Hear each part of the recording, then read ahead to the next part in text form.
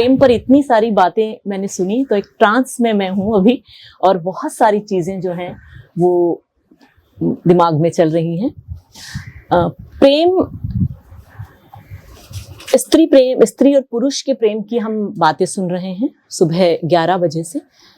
बहुत सारा प्रेम ऐसा भी है जो कि माली का अपने फूलों से भी होता है, किसान का मिट्टी से भी होता है, गुरु का शिष्य से भी होता है, और कई बार पड़ोस के छत वाला प्यार भी होता है। और यहाँ पर इन सब के एक सर्किल में जो मुख्यतः प्रेम है वो स्त्री पुरुष या प्रेमी या प्रेमिका का जो प्रेम है वो केंद्र में है।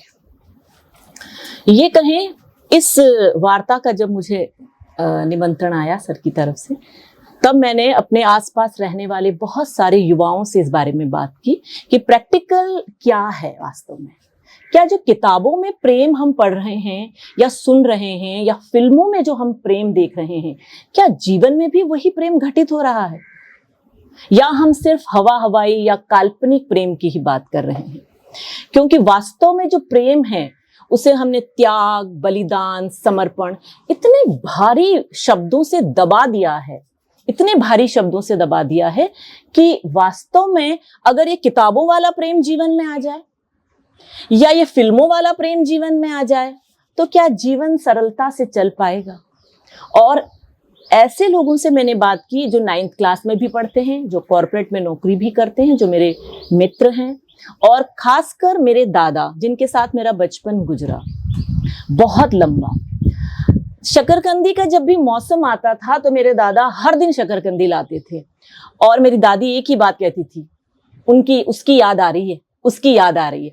तो मैं छोटी थी तब मुझे समझ में नहीं आता था, और वो मुस्कुराते थे मेरे दादा। बाद में पता, जैसे जैसे उम्र हुई, पता चला कि दादा की एक प्रेमिका हुआ करती थी जिसे शकरकंदी बहुत पसंद थी, और मेरे जो दादा थे वो लाते थे, लेकिन दादी ने कभी इस चीज के लिए नहीं किया, कभी इस चीज पे विरोध नहीं किया। एक और मेरे, क्योंकि मैं बातें बहुत ढूंढना चाहती हूँ अंदर तक, रूट्स तक, तो एक मेरे दूर के ताऊ थे, उनकी बेटी की बेटी अब कॉलेज में, तो उनकी उम्र आप लगा लीजिए। उन्होंने अपनी बेटी का नाम तारा रखा क्योंकि जिस पड़ोस में रहने वाली लड़की से वो प्रेम करते थे उसका नाम तारा था। मैंने नाम यहां बदल दिया है, तारा था। तो क्या ये भी प्रेम है? मैंने एक फिल्म का जिक्र अभी सर से किया था, in the mood off love. ये अकीरा कुरोसावा की एक फिल्म है जिसमें आपको विभिन्न प्रकार का प्रेम दिखता है। दो पड़ोसी जो हैं, जो कपल हैं, एक कपल का, एक स्त्री का दूसरे पड़ोस में रहने वाले से प्रेम होता है, और जब दोनों हस्बैंड वाइफ उन दोनों के आपस में पता चलता है तो वो दोनों सोचते हैं हम भी प्रेम कर लेते हैं, ये हमसे बेवफाई कर रहे हैं तो हम भी ऐसा कर लेते हैं। लेकिन वो ऐसा नहीं करते। इस प्रकार के क्या घटनाक्रम है। लेकिन मैं उस फिल्म को मैंने 5 बार देखा, लेकिन मैं ऐसा सोचती हूँ क्या जीवन में ऐसा होता तो क्या यह सत्य हो पाता? या हम साहब बीबी गुलाम देखते हैं, या हम ऋतिक घटक की बहुत सारी ऐसी फिल्में देखते हैं, सुजाता मूवी है, या और भी बहुत सारी ऐसी फिल्में हैं, क्या संभव होता? कोशिका घटवार की सुबह बात की थी, या बहुत सारी चीजें ऐसी हैं। छोटी सी बात कहूंगी क्योंकि मैं अभी सुना है जो मुझे बड़ा उसमें ज्यादा मजा आया। कहानी जो है वो मैंने आकाशदीप ली है, और सबने पढ़ी है वो कहानी, और वो मैंने क्यों ली उसका भी एक कारण है। मैं समुद्र से मोहब्बत करता हूं क्योंकि मैं उससे स्थिरता, बंधन और वफा की उम्मीद नहीं करता। जापानीज राइटर हैं मुराकामी, उन्होंने अपनी मैन विदाउट वुमेन में कहीं ये लाइन लिखी है इस प्रकार की। अब आकाशदीप कहानी में नायिका है चंपा और बुद्धगुप्त हैं प्रेमी और प्रेमिका के रूप में, बिल्कुल केंद्र में। लेकिन अगर मैं आज के संदर्भ में इस कहानी को देखती हूँ, 2024 में प्रसाद ने जब ये कहानी लिखी थी तब उन्होंने ये सोचा नहीं था कि जिस समुद्र का वो जिक्र कर रहे हैं, जहां से कहानी प्रारंभ होती है, एक जहाज के अंदर पानी चलता है, तो पानी मुझे यहाँ पर एक पात्र के रूप में दिखाई दिया, और वो 2024 का प्रेम मुझे दिखाई देता है। कैसे? बंधन, वफा और स्थिरता की प्रेम से कभी उम्मीद मत करो। अगर ये 3 चीजें आपने प्रेम में उम्मीद की तो निश्चित रूप से आप किसी के प्रेम में नहीं पड़ सकते। क्योंकि प्रेम कभी भी बंधन को स्वीकार नहीं करेगा। और इस कहानी में भी चंपा जो है वो बुद्धगुप्त से दोनों दूर हो जाते हैं, दोनों अलग हो जाते हैं। दूसरी चीज ये है कि आज अगर मैं आज से 1960 की बात करती हूँ, 70 की बात करती हूँ, या जो मेरे पिता थे, दादा थे, मैंने कभी उनको रोते हुए नहीं देखा कि मेरी माँ के लिए रो रहे हैं या मेरी दादी के लिए रो रहे हैं। लेकिन आज का युवा जो है तो वो अपनी प्रेमिका के लिए रो सकता है। इस कहानी में बुद्धगुप्त जो हैं वो चंपा के सामने रोते हैं, जबकि वो दस्यु है, डाकू है। कितना कठोर हृदय रहा होगा उसका। तो जयशंकर प्रसाद को कैसे पता चला कि 2024 या 21, 22, 23 में जो प्रेमी हैं वो अपनी प्रेमिका के सामने रोएंगे? और यहाँ पर उन्होंने एक और उदाहरण दिया है कि वो उसके चरणों में बैठते हैं।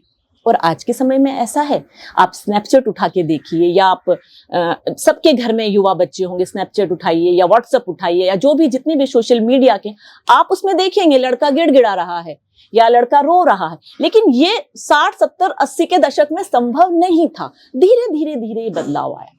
तो इस कहानी को उठाने का मेरा कारण ये था कि प्रसाद अपनी कहानी लिखते हैं तत्सम भाषा में, पूरी तरह से चल रही है।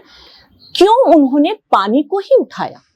पानी चंचल है, स्थिर नहीं है, उससे आप वफा की उम्मीद नहीं कर, आप किसी लहर को पकड़ ही नहीं सकते। कभी आप लहर पे जाएंगे वो आपको बाहर धकेलेगी। प्रेम करेगी, मजा पानी में सबसे ज्यादा मजा आता है, लेकिन वो आपको बाहर धकेलेगी। तो प्रेम आपको अपने अंदर नहीं लेगा। जितनी भी हम बातें यहाँ सुन रहे हैं, प्रेम कभी हमको अपने अंदर नहीं लेगा। जो प्रेम हमको अपने अंदर ले लेगा वो निश्चित रूप से फिर वो प्रेम नहीं है। प्रेम अंदर लेता ही नहीं है, खुद ही अपने आप में। 9वीं क्लास का बच्चा जब प्रेम कर रहा है, और एक अभी मुझे कहा था, मैं माफी चाहूंगी कि एक उम्र के बाद प्रेम नहीं होता, ऐसा नहीं होता। हो सकता है 65 साल में भी आपको प्रेम हो सकता है, 60-70 साल में भी आपको प्रेम हो सकता है, इसका वो कोई भी नहीं। लेकिन क्या वैज्ञानिक रूप से एक 9वीं क्लास का बच्चा प्रेम कर रहा है 16-17 साल की उम्र में, और एक 70 साल 60 साल की उम्र में आपको किसी से प्रेम हो रहा है? विज्ञान कहता है डोपामाइन एक जैसा स्त्रावित होगा, जो हार्मोन है वो एक जैसा, खुशी का जो हार्मोन है उसका एक जैसा स्त्रावित होगा। लेकिन यहां पर सिर्फ एक ही अंतर है, परिपक्वता का।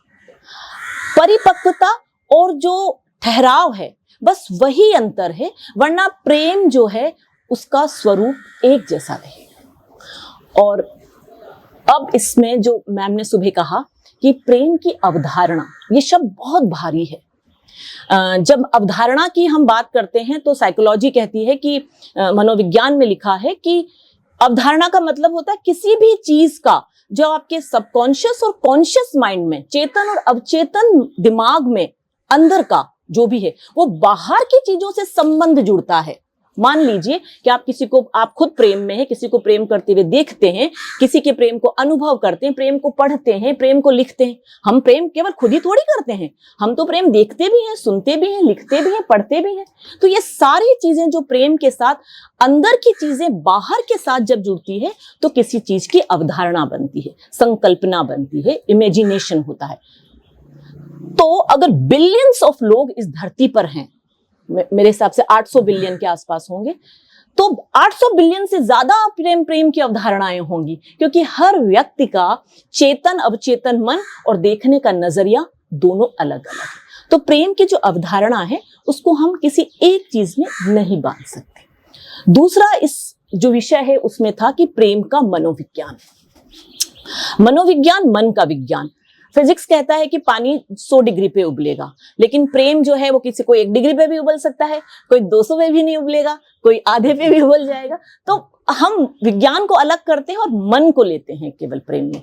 तो बारिश की जो प्रतीक्षा है वो प्रेमी भी करते हैं, बारिश की प्रतीक्षा बच्चे भी करते हैं, बारिश की प्रतीक्षा किसान भी करते हैं, और बारिश की प्रतीक्षा चार्ली चैपलिन भी करते हैं। लेकिन सबका मनोविज्ञान उस बारिश से जुड़ा हुआ जो प्रेम है वो अलग अलग है। अब तीसरी बात इसमें आती है प्रेम की परिणति, की रचनात्मक परिणति। तो क्या प्रेम वही लिख सकता है, या प्रेम की फिल्में, प्रेम का लेखन, प्रेम की कविता, प्रेम की कहानियां कि वही लिख सकता है कि जो कि प्रेम करता है या जिसे प्रेम हुआ है जीवन में? क्या ये हो सकता है?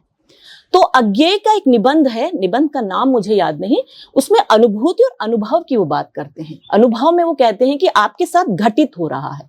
तो अगर किसी के कोई प्रेम में है तो जरूरी नहीं है कि वही अच्छी प्रेम की चीज लिख सकता है, और हो सकता है कि आपने सिर्फ प्रेम को, किसी का प्रेम सुना हो या देखा हो, तो हो सकता है वो अनुभूति उसकी इतनी गहरी है कि वो उसको रचनात्मक रूप से इतना सुंदर तरीके से लेकर आएगा, चाहे उसने प्रेम नहीं किया हो।